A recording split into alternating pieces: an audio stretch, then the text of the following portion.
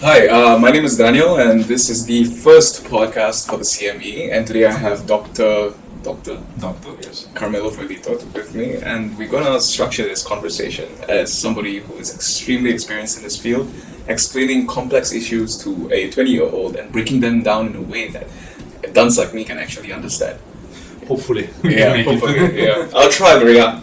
So the first topic is government control of the economy. Yeah, and we're gonna relate this back to Malaysia because I'm Malaysian. He's Italian, so he doesn't have a horse in this race. But I believe that he has worked here for how long now? 9 years? 9 tahun? 9 tahun, and you have based a lot of your past 9 years of research here. Yeah. I would say that most of my research activity has been not only done here, but it evolved in a very peculiar way. How did you start? Well, I've always been a researcher somehow in the past 20 years, I guess. First with Italian universities, and then here when I, by chance, came to know ideas, and I started to do something for them. And I have to say that the experience with ideas, and in particular the friendship with Ali Salman, has been a vehicle for me to shape my way to explain things in a way that can reach not only my peers, the other economists, but really the wider public. To start on the topic itself, right? I know that you have a very specific view of Malaysia, the Malaysian government's involvement in the economy, right? And maybe you can give me an encapsulating statement in one sentence. What do you think? Well, the things are always to be seen in a relative perspective. So in general, the Malaysian government is not doing too bad, okay, compared to other realities. Historically, in the past decades, the Malaysian economy has grown with a certain business-friendly attitude. Okay, this we have to give to Malaysia that. However, there is this big role played by GLCs, and a role that has grown over the years. And so somehow the Malaysian economy is suffering between these two conflict aspects. Okay. So the conflicting aspects that I think you highlighted to me in the past was international trade, free trade versus economic protectionism, things like tariffs. Like if I'm importing somebody from somewhere from overseas, why would I not I want to encourage my population to buy a Malaysian-made product, right? Employ Malaysian-made people. And if you're importing something from overseas, you're buying something from a foreigner and the money is leaving the country. And we have very stringent policy when it comes to certain parts of the economy. Can you speak a little bit about that? Yeah, it's true, in particular in certain industry, and I think we all have in mind automotive. Malaysia has been very protectionist. However, Malaysia has not been alone in this attitude. There is this very popular refrain that you should accompany with government protection an infant industry, and then let it go to the market when it is ready. And to give you a little bit of historical background, probably the biggest defender and proposer of this idea was Friedrich List in Germany in the 1830s. So it's not a new idea. It's something who was also the man who said something about morals are the way that the masses control the elite. Yeah, of course, we are talking about Germany of 200 years ago. Exactly. The Industrial Revolution was just at the very beginning, so it was a different context, a different part of the world, a different mentality, and etc. So it's not necessarily that a model that worked in a certain historical context could work everywhere and anytime. Let's bring it back to Proton then. Yeah. Right? You mentioned you can't get away from this conversation. Yes, of course. We have to talk about Proton. Absolutely. Right? That's the prime example that everybody brings up whenever everybody thinks about Malaysian protectionism. What do you think about what we did? Something like 40 to a few 100% tariffs on imported car parts, imported cars. And that's why our cars are so expensive. Yes, versus absolutely. Proton. Yeah, but Proton also, their prices are on point with some of the imported cars at this point in time. And now its fruit is now a Chinese company, Geely Holdings now owns 49.9% of it. You know, an economy, I think, grows in a healthy way in terms of international trade when you base your growth on comparative advantages. So you focus on doing what you can do better than the others in relative terms. What happens if you don't have an economic advantage, but you still have a country to run? Yes, it's not a huge problem because in the end, if you make foreign products, okay, more affordable for the masses because they are not covered by tariffs, in the end, the masses are richer.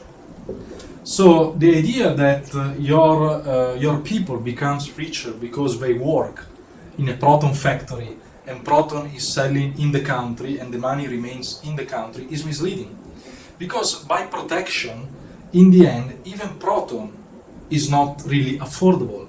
If I look at the equivalent of proton in Italy, in example, a popular car, Fiat, is cheaper than proton in Italy, with the cost of Italian labor. Okay, so popular cars are cheaper in Italy than in Malaysia.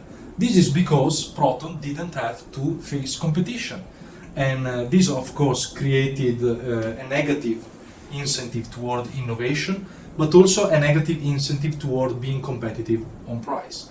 Instead, if you have access to a cheaper market for car or for other products, you are saving money that can be used on other things, okay? And eventually can help you to create also an entrepreneurial mentality to create something else. To take the other side of the argument, right? That proton was Mahatma's brainchild at the time. I think when you think about proton, it was founded something in the 70s and 80s, and it's a product of its environment. I mean, at the time, Mahatma was. I'm not the biggest fan of the man, but I can't blame him for looking at proton and say, "Well, this is a good idea." Because what was he looking at, right? He was looking at Petronas. Petronas, we didn't have the expertise to mine that oil. He sucked the information out of people who could do it, and eventually nationalized all of it, right? And it worked for him. So he saw that success, and then he compared Malaysia to Japan. Japan had a very heavy-handed government involvement with automobile manufacturing, and you can't really. There was huge innovation in Japan, despite the fact that there was so much government intervention, though. But when Japan became competitive, when it opened to international markets, when it had to face competition. So when Toyota or Honda or Hyundai, not Hyundai, sorry, it's not Japanese. They had to enter the American market. Then they had to compete somewhere, and it was, in example, and this was a very strong point for the Japanese cars, was on service. And so fuel efficiency, fuel efficiency.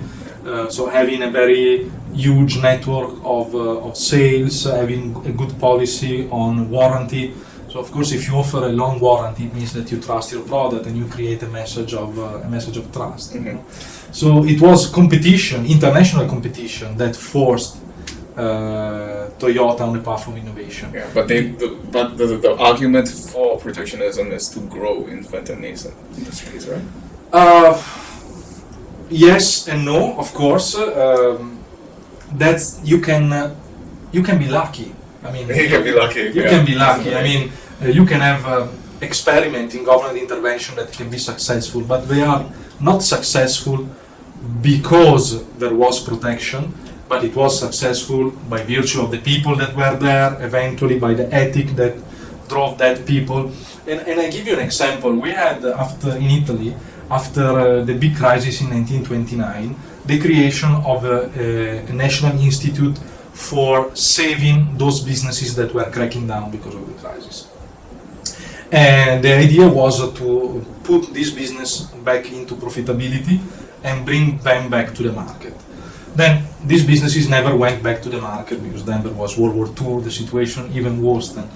But there was a path toward profitability, even with the heavy hand of the government. But this was not because they were run by the government, but because the people that at that time were part of the government were a peculiar race, if you allow, of men. I mean, it was a lucky conjunction of events.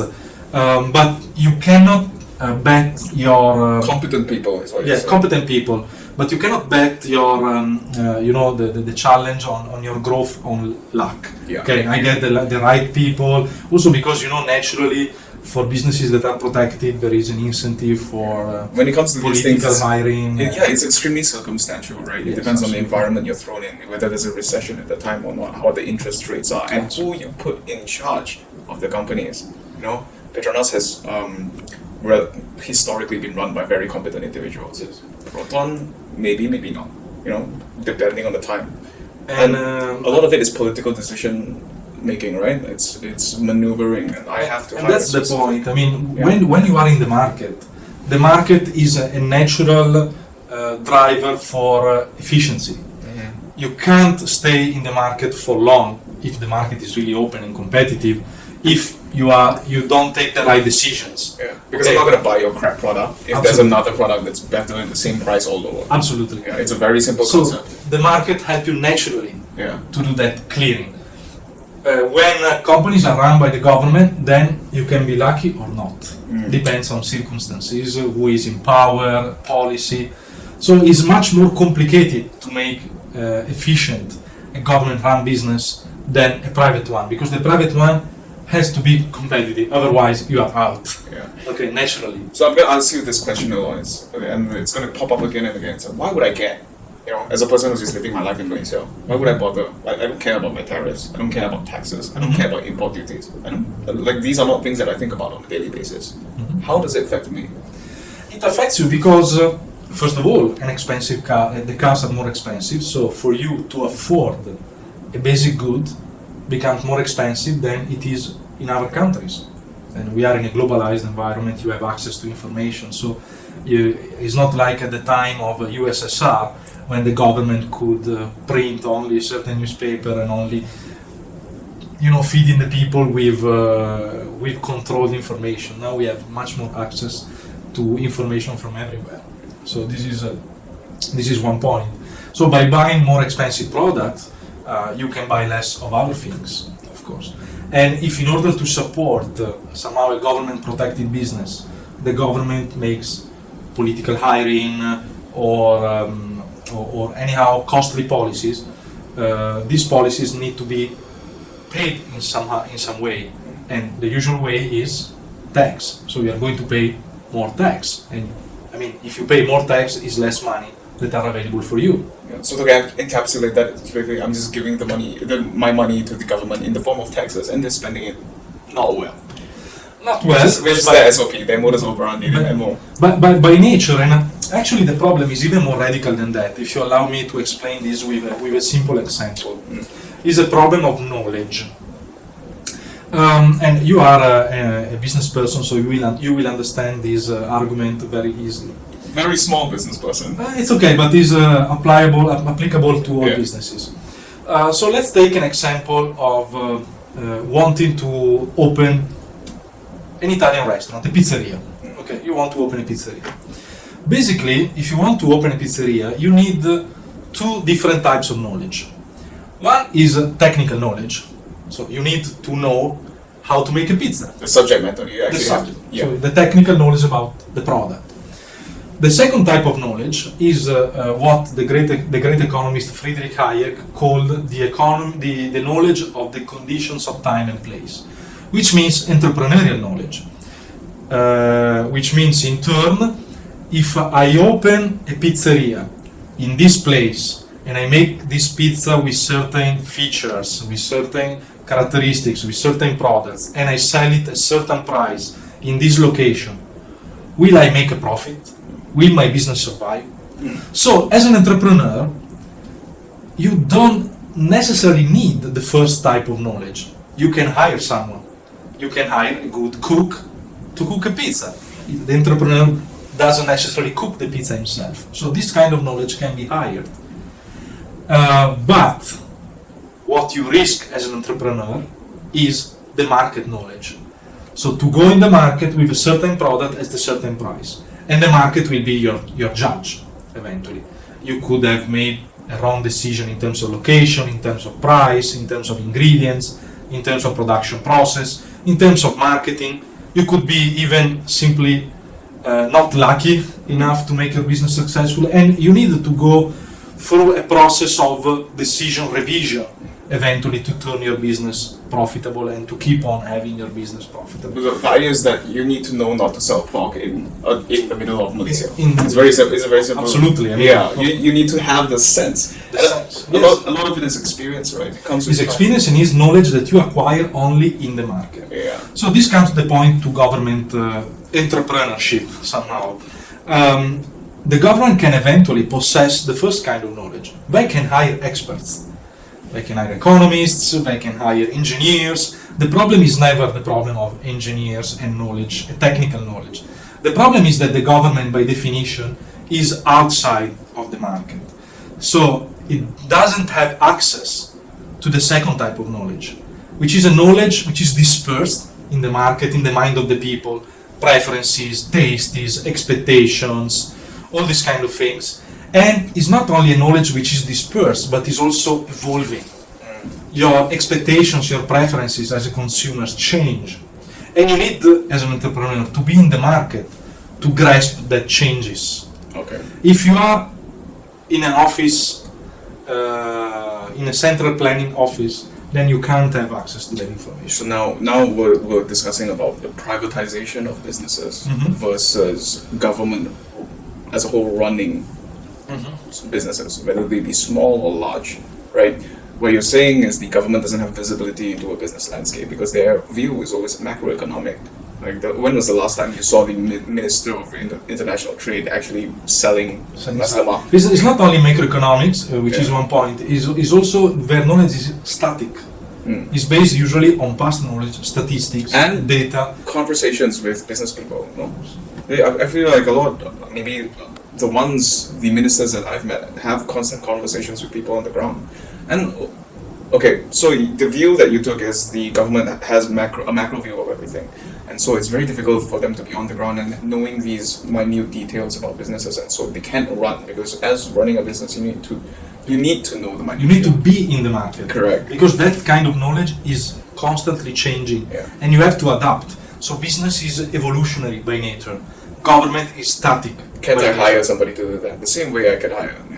There are very capable people who yes, would be working. but then you start a business, you face the market, and as a government somehow you have to step back completely and let this business to respond totally to market logics. That's the only way. So you have somehow an entrepreneur there that has to be totally responsible of profit and losses. And If bearing the risk. Bear the risk, because if you know that if your business is not successful, somehow the government is going to cover your loss. But doesn't the government bear political risk as well? I mean, if you're my business, if the business that I start, let's say, Kazana falls to the ground and dies, right? You can see that even with that, with problems like Malaysia Airlines, you know, that political risk is very different with the economic risk. Also because the dynamic of democracy is very much different with the dynamic of business. Democracy, you look for consensus, but is a consensus that can be both. Because the people on the ground, of course, they are also short-sighted and they look at their natural and more direct satisfaction. That's true, but we can't blame them because you, as a citizen, maybe you don't have necessarily interest in the bigger picture. Definitely, because if I'm a poor middle class person, I'm not really worrying about what Mahathir is doing on a daily basis, right? Like whether he's riding a bicycle. So if you have a subsidy and you know that subsidy is coming to you, you don't care if because of that subsidy taxation need to be raised and debt is rising and somehow we'll have to pay for that debt in the future. You are getting your check. And that's all it matters. Which is kind of the point of this podcast, right? It will make people understand the nuances behind the money that they receive, what we get from the government, how people are running things, how taxpayer money is spent, is it efficient or not? And that's the point of this podcast. And I feel like if people really understood what was going on, they would choose not to get that 1,000 ringgit check, or maybe. Probably, or at least be more conscious. You can see countries where high debt was built over the decades, and my country is one of them. People were happy and enjoyed the high moments, and and now my generation. I mean, I was forced to move out of my country because there were no opportunities. So basically, my generation is the one paying the toll for that. I hope mine isn't the one that's paying the toll here. Yeah. So we should be a little bit more forward-looking rather than present-oriented.